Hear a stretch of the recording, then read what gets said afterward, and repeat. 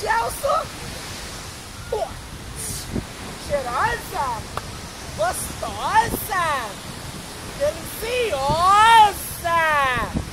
Aí, empadinha de frango, empadinha forte, milho não pode, ervilha não pode, azeitona não pode, água de coco é uma bomba calórica.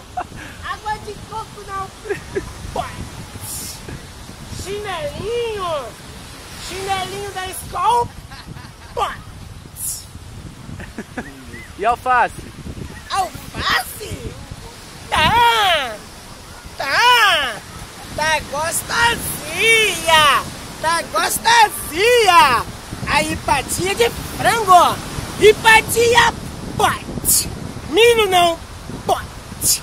Ervilha não pode. Azeitona não pode.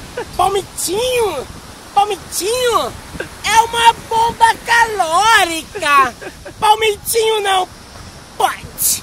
Empadão de frango pode.